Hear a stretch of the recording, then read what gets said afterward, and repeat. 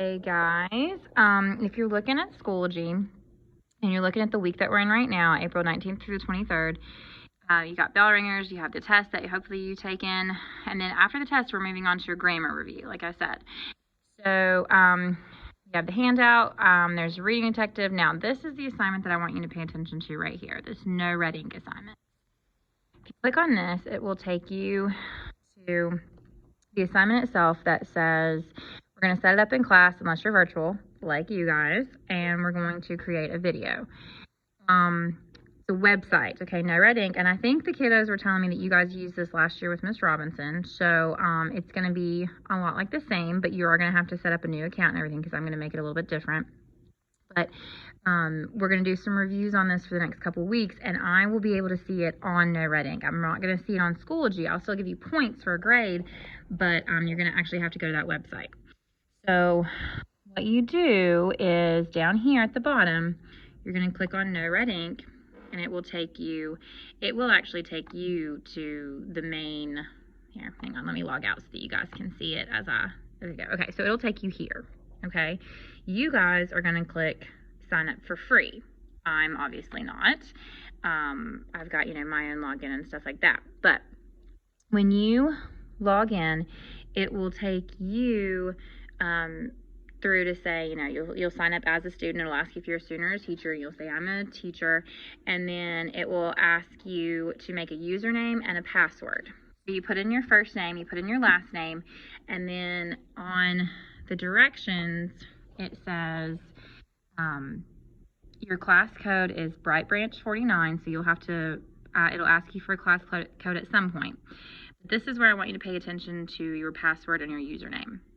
You need to make a username that is your first and last name, no spaces. So, for instance, mine would be, I'm going to try to type this and hold this, write this and hold at the same time. So my last name would be Jordan Nash. I'm going to capitalize both of them, no spaces. Okay, so yours would be, Susie Smith, no spaces, and just capitalize the J and the N or whatever the first and last name is. Now, if it tells you that your username's already taken, you might have to add, just go ahead and add a 3 at the end there because, I'm having my second period add a 2, and technically you guys are my third period on my Schoology. So that usually should help you get through there. Now, your password, okay, should be your whole lunch number. So 8900 and then whatever your last 5 digits are. That way,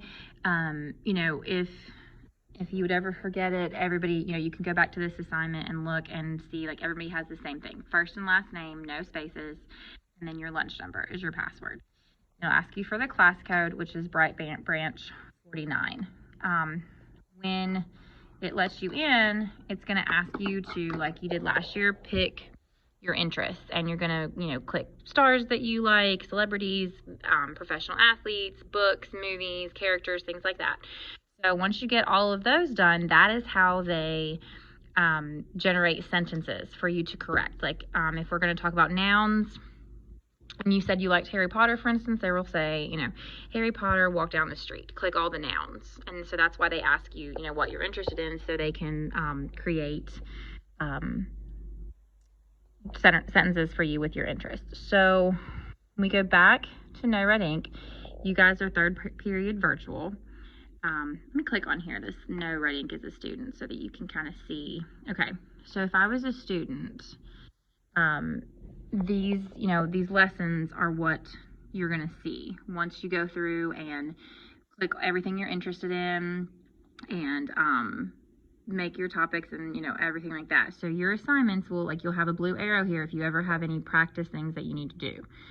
So you'll click the noun practice, and it'll walk you through, sorry, I can't quit typing this. So it'll walk you through, what you need to do. And so you'll begin. Now, it will say lesson or practice. If you hit lesson, it's just going to bring up kind of explaining to you whatever we're talking about. In this case, it's concrete nouns. So it'll tell you that a concrete noun is anything that can be seen, touched, smelled, tasted, or heard. So anything that, you can see with the senses. So you can read through here and review this, especially if you're missing a bunch of these. You'll go through and read some of this. Hopefully that can help you with the practice part. So the lesson and then practice. The practice is what you actually need to do. And it says, we create questions using each student's interests. We gave you 3 default interests to save you time. Your students will pick their own individually. You've already done that.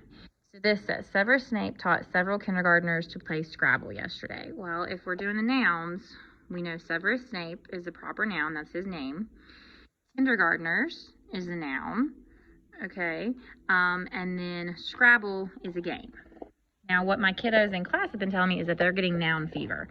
They're wanting to label everything as a noun. Remember, nouns are people, places, things, or, ideas like freedom or jealousy or love or hate. Those are, things you can't see, but you absolutely know that they are real things. So we're going to submit that answer, and it's going to tell us it's correct. Now, if we would do one incorrectly, for instance, like let's say I'm going to pick Neville Longbottom and then California. Okay, scientist. Now, those are the nouns in the sentence. But if I'm going to do one wrong, I'm going to hit skipped because that's actually a verb. And if I submit it, it'll tell me, uh-oh, try again. Okay, now to continue, it's saying you have to answer 2 in a row correctly. So if you get it wrong, it's going to keep making you get them right. Okay, so we're going to take that off, submit it, and we're right. And then it's going to make us 2 before we go through. So that's how you set up a Noredink, and that's kind of what these are going to look like. But again, on this Noredink assignments, once you make your username and password, it asks for your email, but you don't have to do that. That's not mandatory. But your class code, make your username and password, your first and last name, no spaces, your password's your whole lunch number. And then once you've done all that, I want you to type in this. I have created, or copy and pasted, an account on Noredink and know how to access the website to complete the lessons. You'll type that, you'll paste that in the submission box, and then start going on Noredink, because I'll be able to log on to Noredink and get your score report. So if there's any questions, just message me about that, and I will try to help you out and get this figured out, because a lot of people really like Noredink, and it's a good review, but they kind of get confused about how to set it up. So let me know if you have any questions, guys.